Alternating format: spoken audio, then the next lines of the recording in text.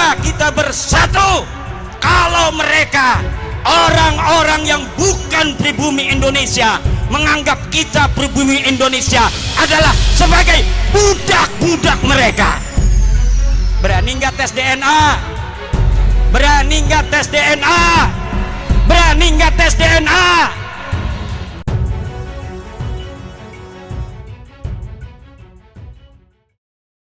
Assalamualaikum warahmatullahi wabarakatuh. Saudaraku yang dirahmati Allah. Masjid kita megah, agama belum tentu terjaga. Rumah-rumah kita mewah, agama belum tentu terjaga. Agama akan terjaga kalau anak kita mondok semua di pondok pesantren. Iya Pak ya? Tepuk tangan dulu. Islam bukan agama harta, Islam bukan agama pangkat dan kedudukan, bahkan Islam bukan agama nasab, tapi Islam adalah agama ilmu. Innal ulama'a warasatul anbiya, sesungguhnya para ulama adalah pewaris para nabi. Islam tidak diwariskan kepada nasab, tapi Islam diwariskan kepada orang-orang yang berilmu. Yuk, kepedulian kita dengan sesama. Halo? Halo? Dikit lagi ya? Saya minta waktu dikit lagi. Begini, saya tadi sudah membacakan hadis Bapak Ibu.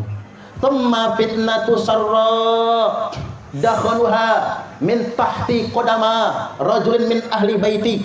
Di zaman kemerdekaan ini akan muncul yang disebut dengan fitnah sarra, fitnah kemerdekaan, di mana fitnah kemerdekaan itu akan keluar dalam bentuk provokasi adu domba dari laki-laki yang ngaku-ngaku anak keturunanku, ngaku-ngaku ahlul baitu, yaz'umu annahu minni wa laisa minni. Dia ngaku-ngaku anak cucuku, kata Nabi, padahal dia bukan anak cucuku.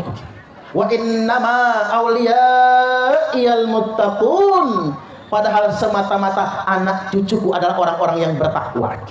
Mohon maaf Bapak Ibu, kalau ada yang ngaku-ngaku anak cucu Nabi tapi dakwahnya provokasi, dakwahnya ngadu domba, ngajak kita berantem-beranteman, inilah yang disebutkan oleh Nabiullah Muhammad sallallahu alaihi wasallam. Saya juga ingin ingatkan buat kita semua yang ada di sini Bapak Ibu, ulama Mesir, ulama Mekah, ulama Maroko, ulama Yordania, ulama Yaman sudah menetapkan bahwasanya nasab kaum Ba'alawi yang suka ngaku-ngaku anak cucu Nabi, yang sering teriak-teriak dalam darah aneh nih, mengalir darah Nabi, sudah dinyatakan terputus dan batal kepada Rasulullah sallallahu alaihi wasallam. Nasab itu sama sekali tidak tersambung dengan nasabnya Rasulullah sallallahu alaihi wasallam.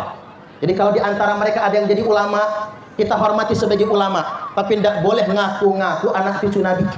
Apalagi begini Bapak Ibu, ngaku-ngaku anak cucu Nabi, merasa menjadi warga agama kelas 1. Yang lain-lain ini warga agama kasta kedua. Sejak kapan Islam menjadi agama kasta?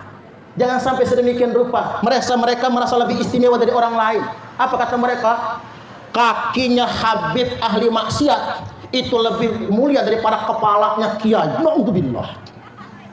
Satu Habib ahli maksiat masih lebih mulia daripada 70 ulama. Na'udzubillah. Ini fatwa iblis ini, Pak. Jangan dipercaya. Ini kita diracuni Bapak Ibu. Di negara-negara luar sudah dikatakan Ba'alwi bukan keturunan Nabi. Lah Indonesia kok masih? Ulama dunia itu di Mesir dari tahun 2009 itu, di Yaman, di Yordania pun beberapa ulama sudah mengatakan bahwasanya silsilah Ba'alawi sampai ke Rasulullah batal. Lah kita masih mukhtalafun fi. Enak toh? Ya. Untung saja kemarin itu ketika kita kumpul di Benda Kerep, kita tidak buka kitab Al-Ghuror. Wow, kalau kita buka kitab Al-Ghuror, makin tidak masuk akal tentang silsilah Ba'alawi sampai ke Rasulullah Muhammad sallallahu alaihi wasallam. Ini nggak masuk akalnya di mana? Bayangkan, pada halaman 115 di dalam kitab tersebut, penentuan nasab Ba'alawi sampai ke Rasulullah itu hanya ditentukan melalui mimpi. Yang mimpi siapa? Lalu disebutkan juga di kitab tersebut di halaman 108 bahwasanya ada seorang ulama namanya Syekh Abdullah bin Alwi bin Faqih Muqaddam. Ada seorang ulama, ini juga gak disebutkan lagi ulamanya siapa, yang bermimpi ketemu Rasulullah, menyatakan bahwasanya Ba'alawi adalah duriyah Nabi Shallallahu Alaihi Wasallam. Terus juga ada di halaman 117 kalau tidak salah di kitab yang sama, Al-Ghuror. Itu yang menentukan penentuan nasab justru melalui orang lain. Padahal saudaranya ada di situ. Ada seorang yang datang ke Basrah namanya Ali. Beliau ke Basrah bertanya kepada seseorang imam, seorang qadhi di sana. Padahal di Basrah itu mestinya dia punya saudara namanya Muhammad dan Husain. Karena Ali, Muhammad dan Husain itu tiga-tiganya adalah putra dari Ahmad. Ahmad itu adalah keluarga dari Basrah. Mereka tinggal di Basrah. Jadi kalau seandainya Ali datang ke Basrah, itu mestinya dia menemui Muhammad, menemui Husain. Dan itu terjadi pada abad ke-6. Menurut saya abad ke-6 itu duriyah Nabi yang ada di situ mestinya sudah banyak. Kenapa tidak menemukan satu pun dari saudaranya? Bahkan nanyanya kepada seorang imam yang itu orang lain, bukan dari duriyah Nabi atau bukan dari duriyah mereka. Jadi sesuatu yang menurut saya mestinya tidak ada diadakan di kitab Al-Ghuror itu. Dan sampai Kang boleh baca nanti. Kitab ini itu yang menulisnya justru dari Bani Ba'alawi sendiri. Siapa? Yang menulisnya itu adalah Muhammad Ali bin Al-Wikhid yang wafat tahun 960 Hijriah. Ditulis oleh keluarganya sendiri, mengaku sebagai duriyah Nabi sendiri, tapi cerita dalam kitabnya tidak ada satupun yang bisa diterima oleh akal sehat. Bisa dipahami? Alhamdulillah. Jadi sekarang apa masalahnya? Sampai protes, sampai tidak terima, sampai menyalah-nyalahkan. Masalahnya di mana? Kita, sekali lagi, kita masih punya rasa. Di tempat-tempat yang lain mah sudah dibatalkan. Allahumma shalli wa sallim wa barik alaihi. Ada lagi yang mau ditanyakan? Kalau bisa pertanyaannya yang lain ya. Mereka sudah kadung mengatakan ada yang begal nasab. Jika dilihat dari beberapa kitab yang kami kaji bersama, itu yang begal nasab siapa? Bisa jadi pihak orang yang mengatakan begal nasab itu yang membegal nasabnya sendiri. Sekarang kan tinggal bertanya, bagaimana nasibnya yang nasabnya terbegal? Masya Allah. Kebayang tidak? Alhamdulillah, kita masih menjadi orang-orang yang hidup di Indonesia. Masih baik semua kita ini. Kita ini mungkin terlalu lama dijajah Belanda, Bapak Ibu. Akhirnya kita bermental inlander, mental terjajah. Mau-maunya kita diperlakukan sedemikian rupa. Ingat sekali lagi, Islam bukan agama kasta. Ini kalau bukan hadis Nabi saya nggak berani menyampaikan loh Pak.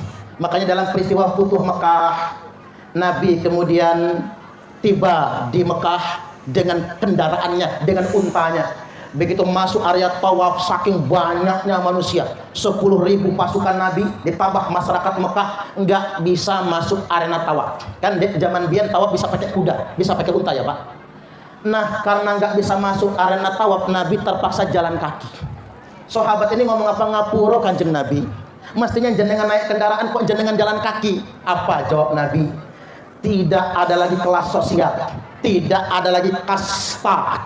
Innallaha qad adhaba ankum ubiyatal jahiliyah. Sesungguhnya Allah telah menghapuskan bagi kalian semua kesombongan, kebanggaan, kepongahan masyarakat jahiliyah. Wa ta'adumaha bi abaiha, yang mereka suka membangga-banggakan nasab, membangga-banggakan nenek moyang, membangga-banggakan keturunan, membangga-banggakan leluhur. Inna akramakum indallahi atqakum. Sesungguhnya yang paling mulia di antara kalian semua adalah orang yang paling bertakwa kepada Allah Subhanahu wa taala. Makanya Pangeran Raden Inten II, pahlawan nasional asal Lampung, didatangi oleh oknum Ba'alwi yang dibawa oleh Belanda. Maaf saya ingin belak-belakan kepada semua warga NU. Ba'alwi datang belakangan abad ke-19 yang mengislamkan Indonesia ini Wali Songo. Nggih nggih. Nggih nggih. Wali Songo bukan Ba'alwi, Wali Songo bukan Habib, Wali Songo itu Said dan Syarif. Kok bisa diklaim Wali Songo itu Habib, Wali Songo itu Ba'alwi, Bapak Ibu? Mereka datang tiba-tiba ketika Belanda ingin menundukkan Indonesia. Belanda bawa Ba'alwi yang ngaku-ngaku anak cucu Nabi. Yang dibawa siapa? Habib Usman bin Yahya yang menjadi mufti Batavia, yang berfatwa melawan kerajaan Belanda sama hukumnya dengan makar. Na'udzubillah. Melawan kerajaan Belanda maka mati jahiliyah. Datanglah utusan mereka ke Lampung. Apa kata Raden Inten II? Kalian antek Belanda. Kalau kalian ngaku-ngaku anak cucu Nabi, beset tangan kalian. Saya ingin lihat darah kalian putih atau hitam. Kalau darah kalian masih merah, tidak perlu membangga-banggakan nasab. Kabur oknum Ba'alawi yang menjadi aktek Belanda tersebut. Jangan membanggakan nasab. menjadi nasab dari zuriat yang baik, nasab yang mulia adalah beban bagi kita semua, beban tanggung jawab. Gitu begini. Saya ambil contoh. Kamu anak siapa? Anak Pak Kades, anak Pak Lurah. Oh pantes kamu baik karena anak Pak Lurah. Coba kalau nakal, nggak pantes. Mosok anak Pak Lurah bekecil macam begini. Kerjaannya nongkrong di perempatan main gaplek. Beban Bapak Ibu. Makanya menurut saya mendapatkan keturunan orang solih, nasab yang mulia itu bukan untuk kesombongan, tapi beban tanggung jawab. Walladzina amanu wattaba'athum dzurriyyatuhum biimanin alhaqna bihim dzurriyyatahum. Orang-orang yang beriman, yang anak cucu mereka mengikuti akhlak leluhurnya, ibadah ketaatan orang tuanya, alhaqna bihim dzurriyyatahum, maka kami ikatkan kemuliaan mereka dengan kemuliaan leluhurnya. Sederhananya, kita bisa kecipratan kemuliaan leluhur kita. Tahu lagi, kepencet sama saya. Kita bisa mendapatkan kemuliaan leluhur kita kalau kita mengikuti mutabaah akhlak leluhur kita semua. Tidak hanya ulama Syiah saja, ulama Salafi Wahabi saja, tapi ulama Ahlussunnah wal Jamaah pun ada yang membatalkan nasab Ba'alawi tidak tersambung sampai Nabi kita Muhammad SAW. Ini yang harus disadari, pengumuman untuk masyarakat Indonesia, khususnya para santri, jamaah, ibu-ibu, bapak-bapak, adik-adik, semua di seluruh Indonesia. Pengumuman, semuanya, ayo kita lunturkan keyakinan kita. Meyakini bahwa Ba'alawi, para habib atau habaib di Indonesia ini, bahkan seluruh dunia, ya, itu adalah keturunan Kanjeng Nabi Muhammad SAW secara sahih, sah dan meyakinkan. Kita mulai mundur, ayo kurangi 80%, bertahap 70, lalu 50%, lalu 20%. Lalu lama-lama tinggalkan, anggap saja mereka sebagai ulama warathatul anbiya. Ini kan bargaining yang adil ya kan. Mereka kita anggap sebagai ulama, asalkan satu, jangan sampai mereka mengaku sebagai dzurriyyah Nabi, saudara Nabi. Kalau masih kayak gitu, wajib kita tangkap, kita proses ke pengadilan. Dan saya sudah siap setelah Pilpres nanti seandainya ini diangkat ke muka pengadilan, ya, diproses hukum, saya siap untuk dipenjara 10 tahun sesuai dengan somasi yang pernah dilayangkan ke kami. Jika saya salah, ya. Tapi sebaliknya, jika mereka yang salah harus rungkat 100% seakar-akarnya, sampai yang belum lahir pun harus didoktrin, ya. Mulai dari usia 4 bulan, waktu mau ndongani dikasih roh jiwanya dalam kandungan, harus didoktrin semua, kamu bukan keturunannya Kanjeng Nabi, kamu keturunan. Harus begitu. Nah, karena apa? Kalau nggak mulai dari situ, nanti kayak orang Israel. Sebelum lahir itu sudah dididik dari kandungan, ya, sampai setelah lahir itu menganggap bahwa selain dari kita, ini semua adalah kasta rendah semua, sama seperti derajatnya seperti hewan. Yang paling mulia itu saya ini keturunan Nabi yang mulia. Kamu itu siapa? Kamu itu ahwal, ya, kamu itu jongos, ya. Inilah yang kita perjuangkan. Beliau-beliau yang mulia ini memperjuangkan ini bukan demi untuk fulus, bukan untuk harkat dan martabat bangsa.